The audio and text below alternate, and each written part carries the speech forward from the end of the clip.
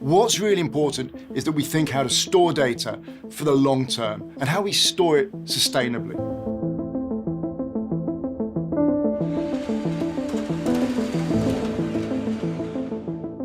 If we carry on the way we're going, we're going to have to concrete the whole planet just to store the data that we're generating.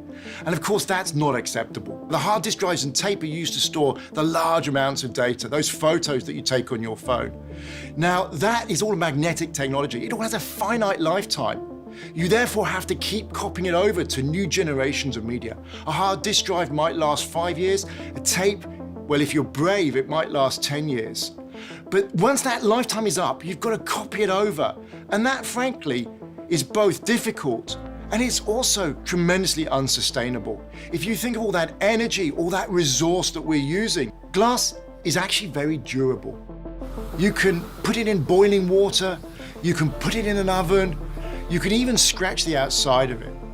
And it's going to be able to keep that data that's stored inside it completely safe. So in Project Silica, we're developing a completely new storage technology, and we're designing it for the cloud. And what this is going to enable is a completely new way of storing data practically forever. So there are 4 different aspects to the project. Welcome to the Write Lab. This is the first step of the data into the glass. So we create these very short laser pulses with our laser systems that allow us to modify the glass and to store the data in it.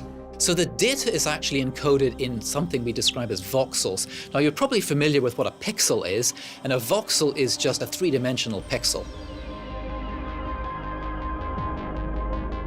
This is where actually our data in the glass is read. We have a live feed here of how the voxels look like once we find them.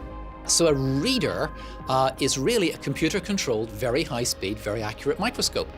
And we can move the piece of glass very rapidly to the area where it contains the data we actually want to read. Now we're in the stage 3 of the glass journey, which is where we process the information that has been written in the glass so that we can decode the symbols.